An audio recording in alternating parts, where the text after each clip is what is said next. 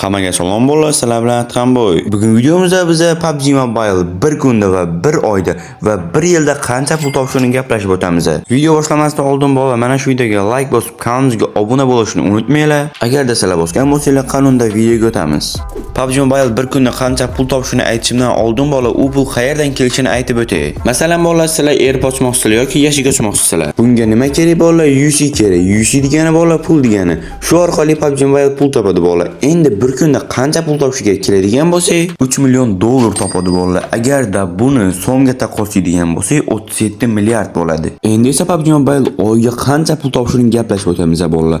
Aniq bu raqamlarni ko'rib bolalar hayratda qolasizlar. PUBG Mobile oyga 90 million dollardan ortiq pul topadi bolalar. Agarda buni so'mga taqqoslaydigan bo'lsak, 1 trillion so'm bo'ladi bolalar.